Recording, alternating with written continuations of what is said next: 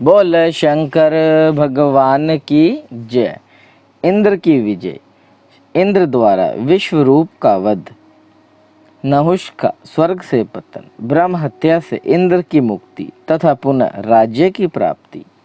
लोमश जी कहते हैं, तदनंतरन उस देवासुर संग्राम में इंद्र ने भी दैत्यों का बड़ा भयंकर संहार किया। उनका वह कृत्य अद्वितीय था। उस समय अर्थशास्त्र का आश्रय लेकर सचीपति इंद्र दुर्जय दैत्यों के लिए काल रूप हो रहे थे। जब इस प्रकार असुर मारे जा रहे थे, उस समय इंद्र को रोकने के लिए भगवान नारद जी वहां पधारे और यूं बोले, असुरों के मंडल में जो वीर योद्धा मारे गए हैं, उनके बाद अब तुम भयभीत सैनिकों की हत्या क्यों कर रहे हो?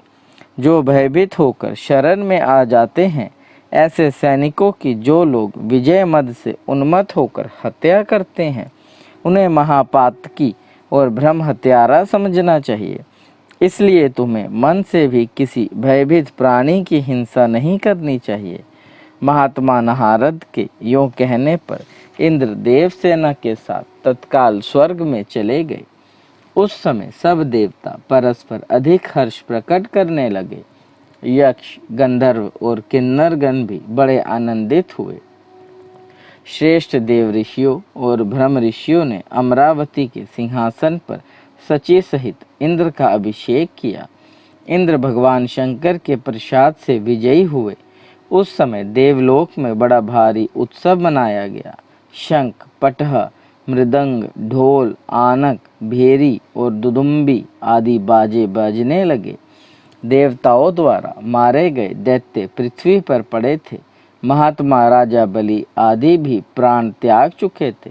उस समय भृगुवंशी शुक्राचार्य जी तपस्या करने के लिए अपने शिष्यों के साथ मानोस्तर पर्वत पर गए थे, इसलिए वे युद्ध में उपस्थित न हो सके थे। उस युद्ध में जो दैत्य जीवित बच गए थे, वे शुक्राचार्य जी के पास गए। उन्होंने वह सारा वृत्तांत जो असुरों के साथ संहार का कारण हुआ था, विस्तार पूर्वक कह सुनाया। सुनकर भृगुनंदन शुक्र को खेद और क्रोध भी आया। वे शिष्यों के साथ युद्ध स्थल में आए और अपनी मृत संजीवनी विद्या के प्रभाव से उन्होंने मरे हुए असुरों को भी जीवित कर दिया।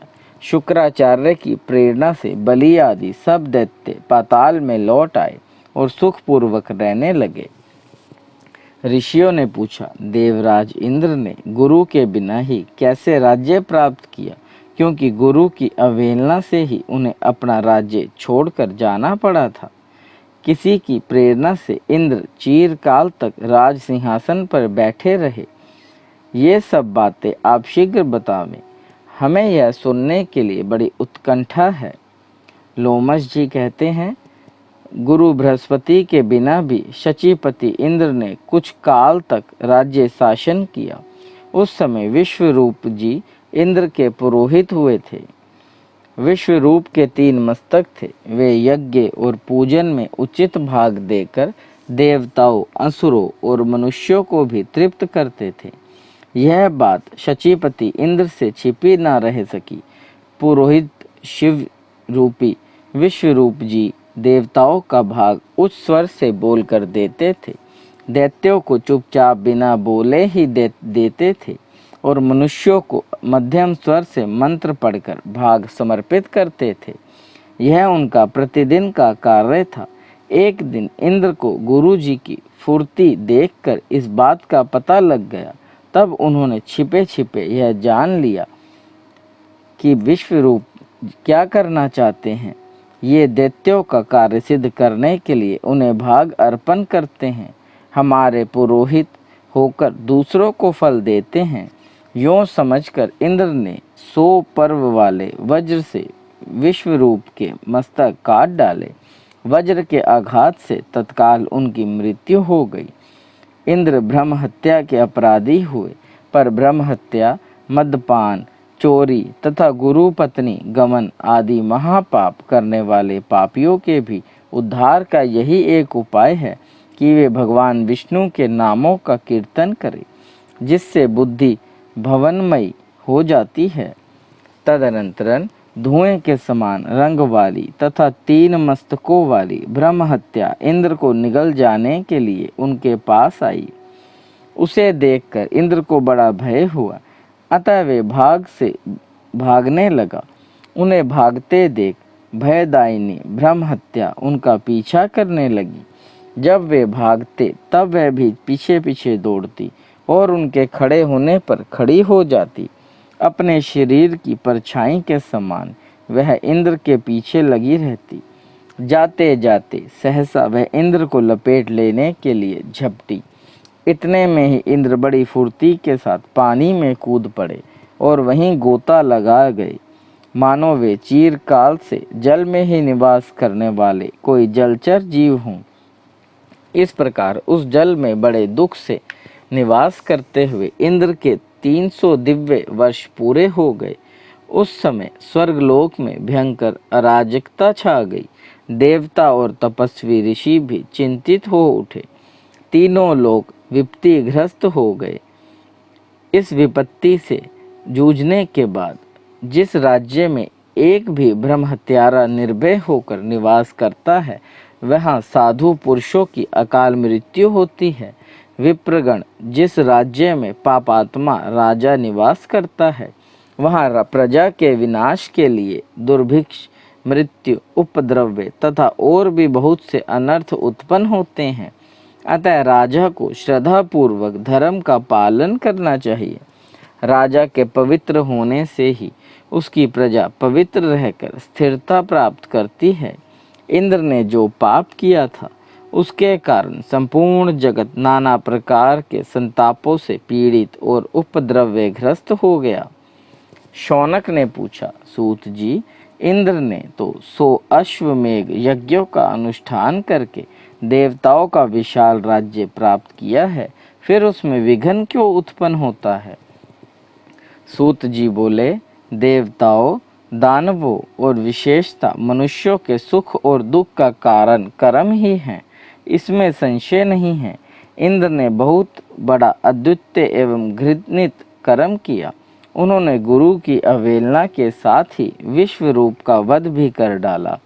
इतना ही नहीं, गुरु तुल्य महर्षि गौतम की पत्नी का भी सेवन किया। इन्हीं सब बुरे कर्मों का फल देवराज इंद्र को प्राप्त हुआ, जिसे टालने का कोई उपाय नहीं था। जो पाप कर्म करने वाले मनुष्य उस पाप के लिए कोई प्रायश्चित नहीं करते, उनका वह पाप थोड़ा हो या अधिक, उससे एक दिन वे पीड़ित होते ही हैं। विप्रगण, यदि पाप बन जाए तो उसकी पुण्यता शांति के लिए तत्काल प्रायश्चित करना चाहिए। पापों का प्रायश्चित अनेक प्रकार का बतलाया गया है। उपपातक अधिक काल तक रह जाने या बार बार उसकी आवृत्ति होने पर महापातक के रूप में परिणित हो जाता है। जो मनुष्य सवेरे, दोपहर और शाम को सदा स्वधर्म पालन रूप तपस्या करते हैं, उनका पाप नष्ट हो जाता है तथा वे उत्तम लोक प्राप्त करते हैं। इसलिए दुराचार पारायण इंद्र को इस पाप कर्म का ही फल मिला है। विप्रगण, उस समय की परिस्थिति पर भली भांति विचार करके संपूर्ण लोकपाल एकत्रित हो बृहस्पति के पास गए और अपना सब मनोगत विचार उन पर प्रकट किए। उन्होंने स्थिर चित होकर इंद्र की सब बातें गुरु बृहस्पति से कह सुनाई। देवताओं की बात सुनकर परम बुद्धिमान बृहस्पति जी ने सर्वत्र फैली हुई अराजकता को लक्ष्य करके सोचा, अब क्या करना चाहिए? इस समय हमारा कर्तव्य क्या है? देवताओं, पवित्र आत्मा, ऋषियों तथा संपूर्ण लोकों का कल्याण कैसे होगा? मन ही मन इन सब बातों को सोचकर और कर्तव्य अकर्तव्य का विचार करके महायशस्वी बृहस्पति जी देवताओं के साथ इंद्र के पास चले। वे तुरंत ही उस जलाशय पर जा पहुँचे जिसमें इंद्र छिपे हुए थे और जिसके तट पर भयानक चांडाली के रूप में ब्रह्म हत्या खड़ी थी। वे संपूर्ण देवता और महर्षि जलाशय के किनारे बैठ गए। गुरु बृहस्पति जी ने स्वयं ही इंद्र को पुकारा। उनकी आवाज़ सुनकर इंद्र उठकर खड़े हो गए उस समय उन्हें अपने गुरु बृहस्पति जी का दर्शन हुआ। इंद्र के मुख पर आंसुओं की धारा बह चली। उन्होंने सामने खड़े हुए बृहस्पति जी को तथा वहां आए हुए संपूर्ण तपस्वी मुनियों को शीघ्रता पूर्वक प्रणाम किया। फिर दीन वंदन हो अपने ही किए हुए अज्ञान सूचक महान कुकर्मों पर मन ही मन भली भांति विचार करके वे बोले, प्रभु, इस समय मेरे द्वारा पालन करने योग्य कौन सा कर्तव्य है, बताइए। उदार बुद्धि वाले भगवान बृहस्पति जी ने हंसकर उत्तर दिया, इंद्र, पहले तुमने जो कुछ किया था उसी कर्म का यह फल आज तुम्हें मिल रहा है। केवल भोग से ही इसका क्षय होगा। धर्म शास्त्रकारों ने ब्रह्म हत्या के लिए कोई प्रायश्चित नहीं देखा है। उनकी दृष्टि में ब्रह्म हत्या दूर करने के लिए कोई प्रायश्चित है ही नहीं। अनजान में जो पाप हो जाता है उसी के निवारण का उपाय धर्मशास्त्रज्ञ विद्वानों ने बताया है। जो पाप स्वेच्छा पूर्वक ज्ञान और जानबूझकर किया जाता है उसके प्रतिकारक को कोई उपाय नहीं है। इच्छा पूर्वक जानबूझकर किया हुआ पाप अनिच्छा या अज्ञान पूर्वक किए हुए पाप की श्रेणी में नहीं आ सकता। विषय भेद से इन दोनों प्रकार के पापों का प्रायश्चित नियत किया गया है। जानबूझ के किए हुए पाप के लिए मरणांतन प्रायश्चित का विधान है। अज्ञान जनित पाप के लिए विशेष प्रायश्चित बताए गए हैं। तुमने जो पाप किया है वह अनजान में नहीं हुआ है। तुम्हारे द्वारा स्वयं जानबूझकर विद्वान पुरोहित ब्राह्मण का वध किया गया है, अतः उसके निवारण का कोई उपाय नहीं है। जब तक मृत्यु नहीं हो जाती तब तक तुम इस जल में ही स्थिर भाव से पड़े रहो। दुर्मते, तुम्हारे 100 अश्वमेघ यज्ञों का फल तो उसी समय नष्ट हो गया था जब तुमने ब्राह्मण की हत्या की थी। जैसे छेद वाले घड़े में थोड़ा भी जल नहीं ठहरता, उसी प्रकार पापी मनुष्य का पुण्य प्रतिक्षण नष्ट हो जाता है। बृहस्पति जी का यह वचन सुनकर इंद्र ने कहा, गुरुदेव, इसमें संदेह नहीं कि मेरे कुकर्म से ही मेरी ऐसी दुर्दशा प्राप्त हुई है। अब आप इन देव ऋषियों के साथ शीघ्र ही अमरावती पुरी को पधारें और देवताओं तथा संपूर्ण लोकों का कार्य सिद्ध करने के लिए आपके मन में जो अच्छे प्रतीत हों उन्हें इंद्र बना लें। मैं तो इस ब्रह्म हत्या से आवृत होने के कारण अब मरे हुए के ही समान हूँ। इंद्र के योग कहने पर बृहस्पति को आगे करके संपूर्ण देवता तुरंत अमरावती पुरी में लौट आए और इंद्र का जो विचार था वह सब शची के सामने उन्होंने यथारूप से कह सुनाया। सब देवता बार बार विचार करने लगे कि अब इस राज्य का संचालन करने के लिए हमें क्या करना चाहिए। इसी समय अमित तेजस्वी देवऋषि नारद इच्छा अनुसार घूमते हुए वहां आ पहुँचे और देवताओं द्वारा पूजित होकर बोले, देवगण, आप लोग अनमने कैसे हो रहे हैं। उनके पूछने पर देवताओं ने इंद्र की सारी करतूतें कह सुनाई। तब नारद जी बोले, देवताओं, इंद्र के ये सारे चरित्र मैंने पहले से ही सुन रखे हैं। अब तो इस महान पाप के कारण इंद्र की सारी श्रेष्ठता चली गई। आप सब देवता सर्वज्ञ हैं, तपस्या और पराक्रम में संपन्न हैं, अतः आप लोग चंद्रवंशी राजा नहुष को इंद्र बना लें। इस राज्य पर उन्हें शीघ्र ही बिठा लेना चाहिए। महात्मा नहुष ने यज्ञ की दीक्षा लेकर न्यायम्बे अश्वमेघ यज्ञ पूर्ण कर लिए हैं। सब देवताओं और महर्षियों ने इंद्र का राज्य नहुष को सौंप दिया। तब से अगस्त्य से आदि सभी महर्षि नहुष की सेवा में उपस्थित रहने लगे। गंधर्व, अप्सराएं, यश, विद्याधर, महानाग, सुपर्ण और पक्षी आदि भी जो स्वर्गवासी प्राणी थे वे सब नहुष की सेवा करने लगे। इस प्रकार उत्तम कलाओं से सुशोभित तथा संपूर्ण देवताओं से सुपूजित राजा नहुष जब स्वर्गलोक के अधिपति हो गए तब उन्हें महान कमालानल संतप्त करने लगा। राजा नहुष ने पूछा, देवताओं, क्या कारण है कि अभी तक इंद्राणी मेरे समीप नहीं आ रही है? उन्हें शीघ्र बुलाएं। नहुष की यह बात सुनकर उदार बुद्धि वाले बृहस्पति जी ने शची के भवन में गए और बोले, कल्याणी, इंद्र के दुष्कर्म से विवश होकर यहाँ का राज्य संभालने के लिए हम लोग नहुष को ही ले आए हैं, परंतु तुम इस कार्य के विरुद्ध जान पड़ती हो, तभी तो अभी तक आप वहाँ उपस्थित नहीं हुई। शची ने पापहीन गुरु बृहस्पति जी से हंसकर कहा, नहुष मुझे प्राप्त करने योग्य नहीं है। आप स्वयं ही तत्व विचार करके देखिए, क्या वह मुझे प्राप्त करने का अधिकारी है? मैं पराई स्त्री हूँ। यदि वह मुझे पाने की अभिलाषा करता है तो उस अज्ञानी से कहिए, जो वाहन बनाने योग्य ना हो, ऐसे वाहन पर बैठकर वह यहाँ आवे, तब मुझे प्राप्त कर सकता है। तथास्तु कहकर बृहस्पति जी शीघ्रतापूर्वक लौट गए और काम संतप्त नहुष से सची देवी की कही हुई बात ज्यों की त्यों कह सुनाई। नहुष काम से मोहित हो रहे थे। उन्होंने ठीक है यो कहकर शची देवी की शर्त स्वीकार कर ली। फिर वे अपनी बुद्धि द्वारा विचार करने लगे कि वाहन न बनाने योग्य ऐसी कौन सी वस्तु है जो प्रशंसनीय मानी गई है। तदनंतरन उन्होंने यह निश्चय किया कि तपस्वी ब्राह्मण ही ऐसे हैं जो वाहन बनाने के योग्य नहीं हैं, अतः उन्हीं को आज अपना वाहन बनाता हूँ। आज इंद्राणी को प्राप्त करने के लिए 2 तपस्वी ब्राह्मणों से वाहन का काम लूँ, ऐसी अभिलाषा मेरे मन में उत्पन्न हुई है। इस निश्चय के अनुसार काम मोहित नहुष ने 2 ब्राह्मणों को पालक की दे दी और स्वयं उस पालकी में बैठ गए। सर्प सर्प शीघ्र चलो, शीघ्र चलो। नहुष के सर्प सर्प कहने से कुपित हुए एक तपस्वी ब्राह्मण ने उन्हें शाप देकर नीचे गिरा दिया।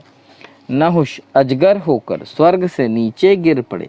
वे ऊंचे पद को पाकर भी ब्राह्मण के दुर्लभ शाप से त्रियोगिनी में पड़ गए। जैसी दशा राजा नहुष की हुई, वैसी ही उनके जैसे आचरण करने वाले सबकी होती है। जो राजमद होकर उन्मत्त हो उठते हैं, उन पर भारी विपत्ति आती है। जो राजमद से अंधे, दुराचारी, कामी तथा विषयों में रचे पचे रहने वाले हैं, वे ब्राह्मणों का अपमान करके अपवित्र नरक में पड़ते हैं। इसलिए बुद्धिमान पुरुष को उचित है कि यहलोक और परलोक में सुख पाने की इच्छा होने पर वह सर्वथा प्रयत्न करके उत्तम पद को पाकर कभी प्रमाद में न पड़े। सदा अपने कर्तव्य के प्रति सावधान होकर रहें। वैसे अनुचित कर्म करने के कारण ही राजा नहुष महाभयानक जंगल में सर्प हुए। ऐसी परिस्थिति उत्पन्न होने पर देवलोक में वीर अजारकता छा गई। सब देवता उस समय विस्मित चित्त होकर कहने लगे, अहो, इस राजा ने बड़ा भारी कष्ट पाया। इस दुरात्मा के लिए ना तो मृत्युलोक में स्थान रहा, ना स्वर्गलोक में। महापुरुषों की अवहेलना करने से इसका सारा पुण्य एक ही क्षण में भस्म हो गया। अब पृथ्वी पर दूसरा कोई यज्ञ करता राजा नहीं दिखाई देता जिसका इंद्र के सिंहासन पर अभिषेक किया जा सके। इसलिए सब देवता, ऋषि, नाग, गंधर्व, यश, पक्षी, किन्नर, चारण, विद्याधर, असुरगण, अप्सराएं तथा मनुष्य चिंतित हो गए। तदनंतरन शची देवी ने धर्म और अर्थयुक्त वाणी में कहा, गुरुदेव बृहस्पति तथा अन्य देवताओं, चिंता न करो। तुम सब लोगों को अब वहीं जाना चाहिए जहां हमारा स्वामी रहता है। इंद्राणी की बात सुनकर बृहस्पति जी देवताओं के साथ ब्रह्म हत्या पीड़ित इंद्र के समीप गए। जलाशय के किनारे पहुंचकर देवताओं ने इंद्र को पुकारा। इंद्र ने जल में खड़े होकर देवताओं पर दृष्टिपात किया और कहा, अब तुम लोग यहाँ क्यों आए हो? मैं तो पाप से पीड़ित हूँ, ब्रह्म हत्या में डूबा हुआ हूँ। और यहाँ अकेले ही तपस्या करते हुए इस जल में निवास करता हूँ। उनकी बात सुनकर देवता विहल हो गए और बोले, देवराज, विश्वकर्मा के पुत्र विश्वरूप ने ऐसा यज्ञ कराना आरंभ किया था जिससे देवता और तपस्वी ऋषि विनाश को प्राप्त हो जाते हैं। इस कारण परोपकार की दृष्टि से ही आपने उसका वध किया था। इसलिए हम सब लोग आपको अमरावती ले चलने के लिए आए हैं। देवताओं के जब से इस प्रकार बातचीत हो रही थी, ब्रह्म हत्या भी तुरंत बोल उठी, मैं देवराज इंद्र को अमरावती जाने से रोकती हूँ। यह सुनकर बृहस्पति ने सहसा उसको उत्तर दिया, ब्रह्म हत्या, हम तुम्हारे निवास के लिए दूसरे स्थान नियत करेंगे। कार्य की गुरुता और दृष्टि में देखकर देवताओं ने उस समय ब्रह्म हत्या को शांत कर दिया। फिर सबने विचार करके ब्रह्म हत्या को 4 भागों में बांटा। तत्पश्चात देवताओं ने सबसे पहले पृथ्वी से कहा, देवी, देवताओं की कार्य सिद्धि के लिए इंद्र की ब्रह्म हत्या का एक अंश तुम्हें ग्रहण करना चाहिए। देवताओं की यह बात सुनकर पृथ्वी कांप उठी और बोली, आप लोग ही विचार करें, मैं ब्रह्म हत्या का अंश कैसे ग्रहण कर सकती हूँ। मैं संपूर्ण भूतों का धारण करने वाली तथा विश्व का भरण पोषण करने वाली हूँ। मैं इस पाप पंख में डूबकर अधिक अपवित्र हो जाऊंगी। पृथ्वी का यह वचन सुनकर बृहस्पति जी ने कहा, सुंदरी, तुम भय मत करो, तुम तो सर्वथा निष्पाप हो। जिस समय यदुकुल में भगवान वासुदेव अवतार लेंगे, उस समय उनके चरणों के स्पर्श से यह ब्रह्म हत्या का आंशिक पाप भी निर्वृत्त हो जाएगा और तुम पुण्यता निष्पाप होकर रहोगी। उनके यो कहने पर पृथ्वी ने उनकी आज्ञा का पालन किया। इसके बाद सब देवताओं ने वृक्षों को बुलाकर कहा, आप लोग देव कार्य की सिद्धि के लिए ब्रह्म हत्या का एक अंश ग्रहण करें। तब वृक्षों ने वहां पधारे हुए संपूर्ण देवताओं से कहा, यदि हम लोग ब्रह्म हत्या के पाप से लिप्त हो जाएंगे तो संपूर्ण महात्मा भी ब्रह्म हत्या युक्त होकर पापी हो जाएंगे। यह सुनकर बृहस्पति जी ने कहा, तुम लोग चिंता न करो, इंद्र के प्रसाद से तुम लोग काटे जाने पर भी उनके अंशों में विभक्त हो शाखा और डालियों से संपन्न हो जाओगे और इस प्रकार सदा शुद्ध बने रहोगे। बृहस्पति जी के इस प्रकार आश्वासन देने पर सब वृक्षों ने उस आंशिक ब्रह्म हत्या को आपस में बांट लिया। तदनंतरन देवताओं ने जलों को बुलाकर कहा, तुम लोग भी देव कार्य की सिद्धि के लिए इस समय ब्रह्म हत्या का एक अंश स्वीकार करो। तब सब जल एकत्रित हो बृहस्पति जी से बोले, जो कोई भी पाप या दुष्कर्म है वे हमारे संपर्क और संबंध से दूर होते हैं। हमारे द्वारा स्नान, शौच एवं हमारा पान आदि करने से संपूर्ण पापाक्रांत प्राणी पवित्र हो जाते हैं।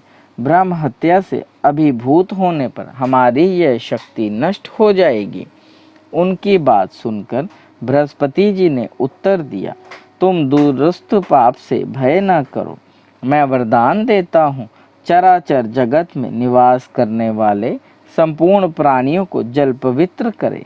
उनके यों कहने पर जल ने ब्रह्म हत्या का तीसरा अंश ग्रहण किया। इसके बाद ब्रह्मा जी ने स्त्रियों को बुलाकर कहा, तुम लोग भी इस समय सब कार्यों की सिद्धि के लिए ब्रह्म हत्या का शेष अंश ग्रहण करो। देव गुरु का यह वचन सुनकर सब स्त्रियां बोली, भगवान, संपूर्ण स्त्रियां धर्म, अर्थ और काम की सिद्धि के लिए उत्पन्न हुई है। यदि नारी पापाचार करे तो उस पाप से अनेक पक्ष, पिता, नाना तथा पति की कुल लिप्त होती है। ऐसी वेदों की आज्ञा है। क्या आपने ऐसी कोई बात नहीं सुनी? फिर स्वयं विचार कर लें, हमारा क्या कर्तव्य है। स्त्रियों की यों कहने पर बृहस्पति जी ने वरदान दिया, देवियों, तुम सब इस पाप से भय न करो। तुम्हारे द्वारा स्वीकृत ब्रह्म हत्या का यह अंश भावी पीढ़ियों के लिए तथा दूसरों के लिए भी शुभ फल देने वाला होगा। तुम सबको इच्छा अनुसार काम सुख प्राप्त होगा। इस प्रकार देवताओं ने ब्रह्म हत्या के 4 भाग किए और वे अंश तत्काल ही पूर्वोक्त समुदाय में स्थित हो गए। उस समय इंद्र का पाप सर्वथा नष्ट हो गया। अतः देवताओं और ऋषियों ने देवपुरी में शची सहित इंद्र का पुनः अभिषेक किया। महात्मा इंद्र संपूर्ण देवताओं, महानुभावों, मुनीश्वरों तथा सिद्धगणों के साथ पुनः लोकपाल पद पर प्रतिष्ठित हो गए। उस समय इंद्रलोक के संपूर्ण निवासियों के मन में महान उत्साह और अपार आनंद छा गया। बोले शंकर भगवान की जय। देव देव महादेव करुणा निधान भक्त वत्सल्य शिव शंकर भोलेनाथ प्रसन्न होइए त्रिलोकीनाथ। सदैव अपने चरणाविंदों में लगाए रखे, सद्बुद्धि प्रदान करे। सृष्टि के कर्ता धर्ता संहार हरता, आपसे ही जीवन आपसे ही मरण महादेव। बच्चा पुल्लनहार तुसी बख्शनहार त्रिलोकीनाथ। हर हर महादेव।